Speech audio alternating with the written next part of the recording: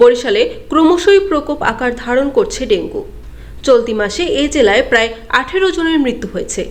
এছাড়া প্রতিদিনই ডেঙ্গু জ্বরে আক্রান্ত হয়ে হাসপাতালগুলোতে ভর্তি হচ্ছেন রোগীরা। শেরে বাংলা মেডিকেল কলেজ হাসপাতালে প্রতিনিয়ত বাড়ছে ডেঙ্গু রোগীর সংখ্যা। এতে রোগীর চাপে হিমশিম খাচ্ছেন চিকিৎসকরা। অনেক রোগীকে মেঝেতে রেখে চিকিৎসা দেওয়া হচ্ছে। বেশিরভাগ রোগীকে দেয়া হচ্ছে না মশারি। অন্য রোগীদের সঙ্গে চিকিৎসা চলছে ডেঙ্গু রোগীর।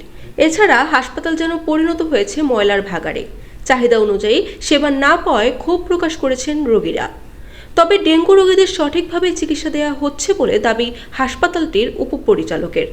এদিকে ডেঙ্গু প্রতিরোধে সিটি কর্পোরেশন ও স্বাস্থ্য বিভাগ সহ সংশ্লিষ্ট কর্তৃপক্ষদের কাছে দ্রুত কার্যকরী পদক্ষেপ নেওয়ার দাবি বরিশালবাসীর।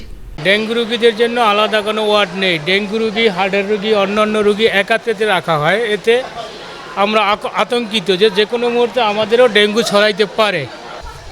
ডাক্তার দেখাইছি, ডাক্তারে ঔষধ দিয়েছে, ঔষধ খাইতেছি, জ্বর কমে না। ডেঙ্গু হয়েছে তো এই জন্যই এইখানে ভর্তি হয়েছে।